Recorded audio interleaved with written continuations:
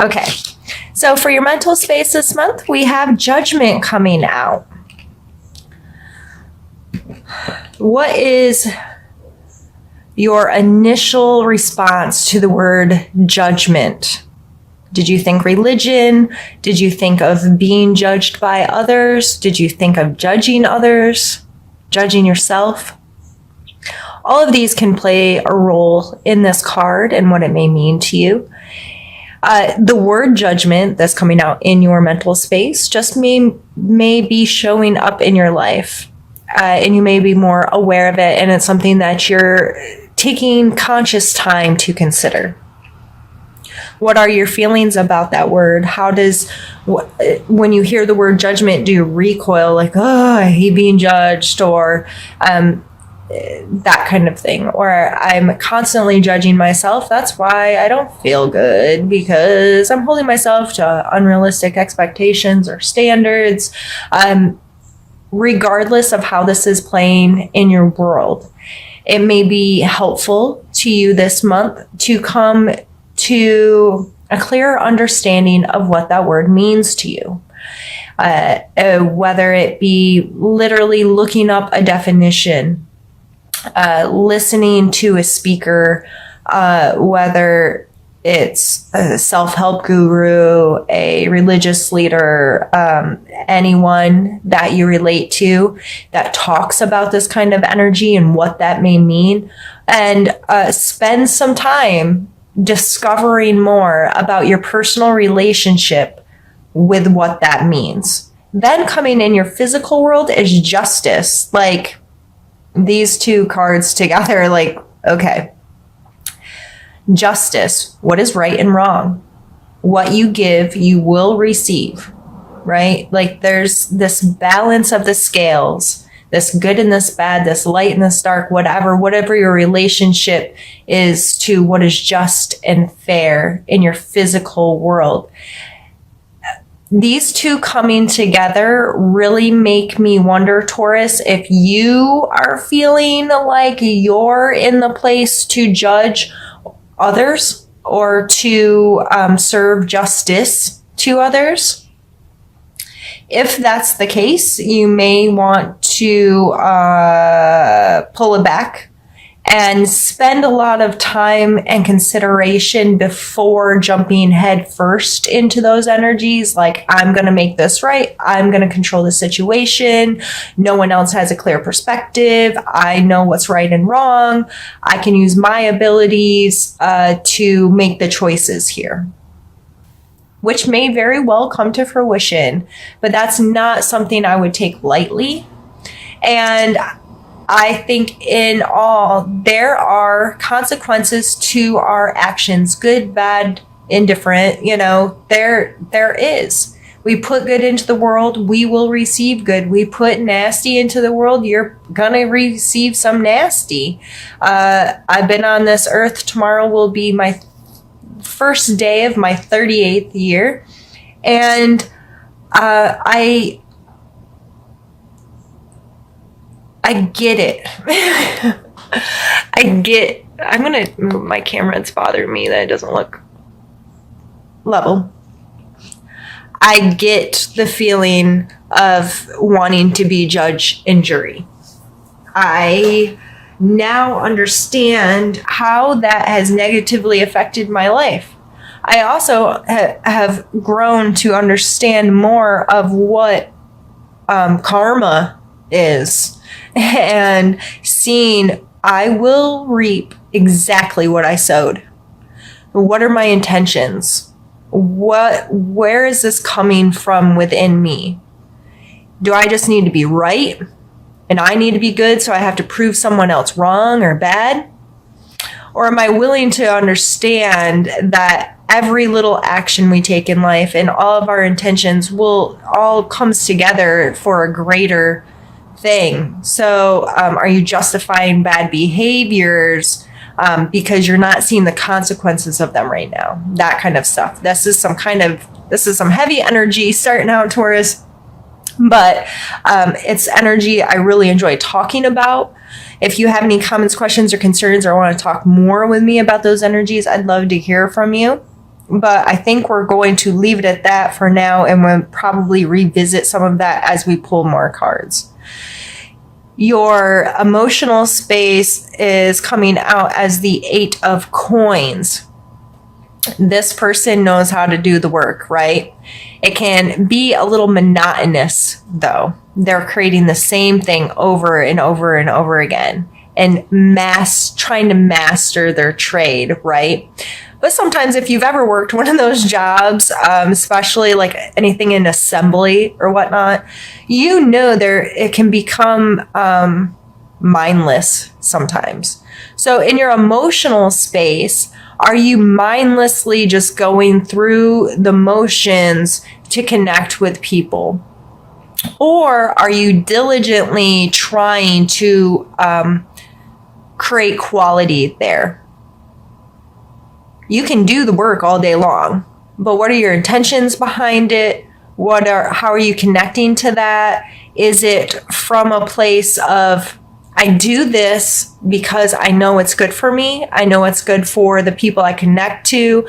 I know that relationships require work and effort. Or are you kind of just running on autopilot and not staying conscious and in the moment and deliberately creating healthy emotional relationships? If you feel things are monotonous, it's okay to change things up. It's okay to throw yourself a curveball once in a while and find ways to get passionate about the day-to-day again. So many of us get caught up in the day of social media. It's extremely easy to compare our everyday life to someone else's highlight reel, right? Your friends are not posting all the crap in their life. Well, some of them may be posting only the crap if that's how they see their life. But you also get inundated with, this family's on vacation and this family's doing this awesome thing and this family's having fun in this way, or this, that kind of stuff. And you're going, and all I've done today is 4 loads of laundry, a load of dishes, clean the floors. I'm annoyed. Like, I'm doing my work, but man, I want to do some of that. Do some of that. If you don't have the financial ability to go on a big fancy vacation, you can still find what about a vacation makes you feel good. The closeness, the cutoff, the being removed from your day-to-day. Remove yourself from your day-to-day locally and in an inexpensive way. Turn off the phones, turn off the stuff. Make your family explore life together in a way that creates some of the same memories and some of the same feelings, just not in such an extravagant way. If you get creative and you are purposeful in that, you can create the same kind of feelings, but in a smaller setting, if you will. And then you can look at that family's vacation and you're like, they ate some good food together. They went on an adventure together. There was just them. There wasn't work or anything else. How can I create that here? And going on a picnic and a walk or that kind of thing. We disconnected. We were removed from our home. We laughed together, or we did something we enjoyed together. Those kinds of things, you can still experience the same thing, just in a different way. So this coming out in your emotional space, that may be time to just ask yourself some questions. Do I feel like things are monotonous right now? And how can I change? Or appreciate yourself? Or I've been putting in work. I've been very diligent to stay connected, to stay involved, to keep doing this.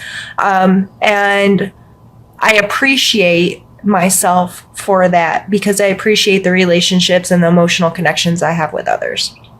Our spiritual space, we have the Knight of Cups and the Wheel of Fortune.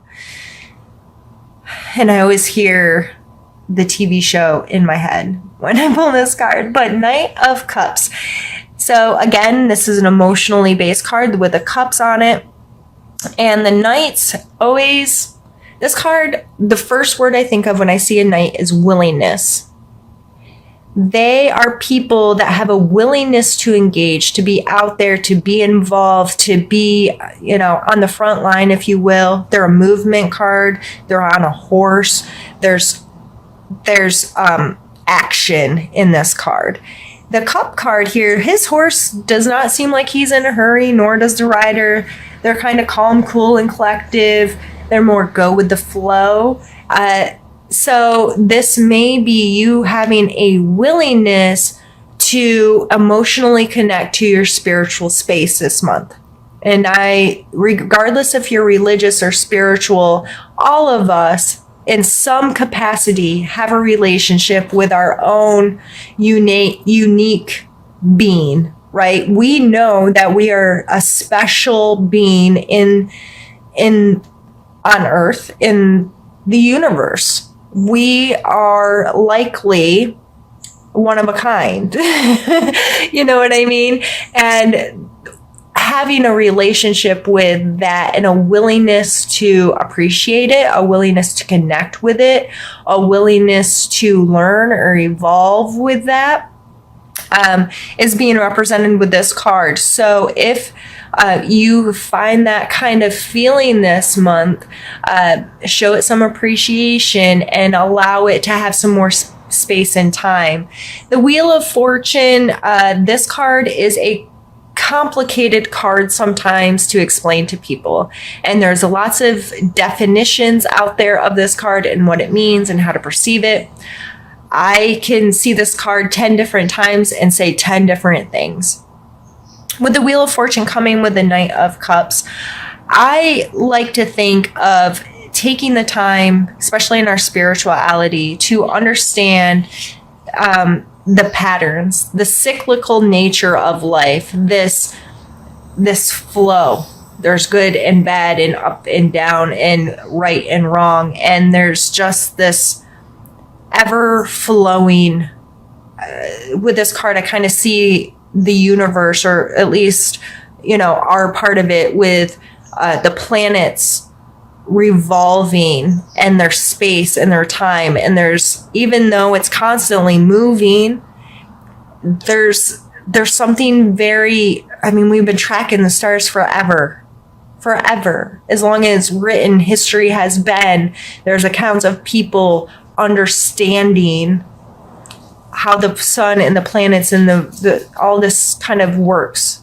And now we're to the point where we're sending missions to Mars and whatnot, but it's always been there. There's always been this knowledge that there's this revolution of cyclical events, and this star will be in the same spot again in X amount of time or X amount of years, and from this certain perspective. So what is your perspective on how the world turns and your relationship to it, especially in your spiritual space? How do you perceive what you know and how you feel about spirituality?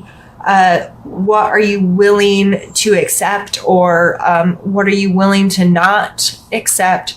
Those kinds of things may come into play this month. And mixed in with the Knight of Cups, it might be an emotional thing of understanding this rhythm and understanding that, this ball is going to keep on rolling.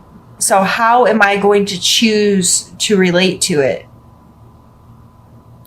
All right, Taurus, what we're going to do is move some cards out of the way and get started with the second part of our reading. So in tarot, the card that's prior to this in the deck is the Tower card. And if you're not familiar with tarot or the specific cards and their meanings, the Tower card is a card of kind of destruction, if you will, this tearing down of something. And it's not necessarily in a bad way, it may be uncomfortable, but to me, it's always like, okay, well, let's tear it down so we have a fresh foundation to start again. Like with remodeling a house, you have to demo a bunch of stuff out, get it down to the core so you can rebuild it the way you want, right? The Star card follows that card. And I always see the Star as that moment of being okay, things have fallen apart, things have, been a mess, and I haven't felt like I had control over it or whatever. But there comes a point of acceptance. And that in that point of acceptance, like immediately, there's typically this feeling of renewal, this feeling of regaining control or regaining composure. I'm getting that word pretty strongly of, okay, that happened. I've accepted it. I'm going to get my life together and I'm going to move from this moment on. That moment doesn't matter. I'm going to take what's left and I'm deciding right now that this is how I'm going to now continue. Right? So this coming out as a challenge, it may be hard for you to get back in this place of renewal, to get back in this place of, I just see like she's picked herself up off the ground from feeling defeated or crushed by life happening. Things just, okay, I didn't have any control over that. The crap fell apart. And her standing up and looking up to the heavens is the star card, and being like, you know, I am made of the stardust. Everything that's in that star, that's making that star, makes me and makes everything around me. And there's this oneness. There's this, if you felt this feeling, which most of us have in some extent, but that just that connectedness to the whole, connectedness to, this is my life. I can't change anything from the past, but I can refocus, reground, recommit going forward. And it's such a beautiful feeling if you can allow it to come in and settle in. And it may be a challenge. You may have some work to do to where you can get to this point where you can be like, that's done. And this is now my ideal course of action. This is my decision going forward. So as soon as I pulled this card, I thought about justice. These cards hold a lot of the same energy. Of course, they're both holding a sword. I'm getting some strong Libra type energy, Taurus. This is a Libra card here, and King of Swords. He's the King of Air. Again, I'm thinking some real Libra type, just, fair, logical, analytical. That may be why you're feeling this judgment and like you are the one that's going to bring justice to the world. You know what I mean? Like, savior complex just came into mind. If you think you're going to save someone or save something, with this coming here, I think this reinforces that you do have the ability, Taurus, to be logical, to be straightforward, to say what you mean and mean what you say, and to be very precise with the choices and the actions in your life. Again, just as a reminder to not try to do a job that's not yours, though. You're not. Are you the judge and jury? If you're literally a judge, then okay. What makes you the judge and jury over this? And are you, do you have enough information to actually play that role? And how are you going to play it? And don't be cruel is something that's coming to mind with this. Because when we get very logical and very straightforward, like I personally can be blatantly honest to a fault. Sometimes I can come across as harsh or critical or mean when I feel justified because it's true, but my truth and your truth may not be the same truth because we see things from another perspective. So sometimes I have to remind myself to be more considerate in my verbiage or considerate to the feelings associated with something, not just the logic associated with it. So that coming out in your strengths this month is a separation of classes to me. These are poor, desolate, down and out types with a church behind them with fancy stained glass and lights on, two very separated worlds I usually see in this card. So if you are the person that's feeling desolate, that's feeling down and out, that feels like you've been wronged in some way, taken advantage of in some way, that life just, you can't catch a break in some way, I think it will be very important to you to lift up your head and to see what resources are around you. And that does not mean run off to ask every single person on the planet to help you because you're a mess.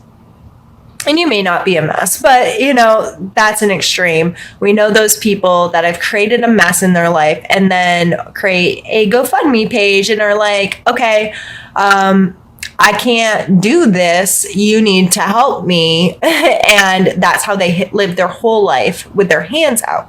I'm not telling you to put your hands out and constantly be like, help me, help me. However, your perspective, there may be help right there. You could literally be standing outside the window of an opportunity that can help you not feel so beat down. You could have an opportunity for a new job or a new project, a new something that can really help you, benefit you. But if you're not willing to see it, it can never happen. So what is your perspective on your situation? In this card, I like to remind people to have an attitude of gratitude. Even though these people seem down and out and pushed out into the cold, they're alive. They're still people. So if you are feeling that way, one of the easiest ways to help switch your perspective is to immerse yourself in an attitude of gratitude, whether writing a journal, taking 5-10 minutes a day and just listing off things that you're grateful for in every situation as many times a day, or even setting reminders on your phone that say, be grateful right now. And you can stop and take literally 3 seconds to think something that you're grateful for right that moment. If you do this multiple times a day and you get in the habit of it, you become more likely to see the good in every situation, to see opportunities that are coming your way because you feel allowed to see them, if that makes sense. Like, it opens you up to accepting the awesome stuff that surrounds us every day. The 5 of Wands, this is my practice card. I see this card a lot lately. I don't know what the deal is, but this card is conflict. They look like they're beating the crap out of each other. But just like in any martial arts, you have to get beat up to get good at it. This comes into all aspects of our lives. The challenging situations, the uncomfortable situations are what breed new ideas, new ways of doing things, inventive kind of creative spaces for us because we don't want to keep getting our butt kicked. So in order to not get our butt kicked anymore, we have to grow and progress and change and get better, right? And it's all about perspective. We can either be like, yep, we're beat up, we're beat down, we're kicked out, we're blah, blah, blah, blah, blah. Or we can say, these are opportunities for me to learn and grow. And if you take every single person that you have a conflict with and approach them like, you're going to teach me something today. You're going to help me grow. You're going to help me learn. You're going to help me be a better person. Even though this is uncomfortable, even though I don't like it, even though this makes me angry or sad or hurt or whatever, you're my teacher right now, and I'm going to learn from you.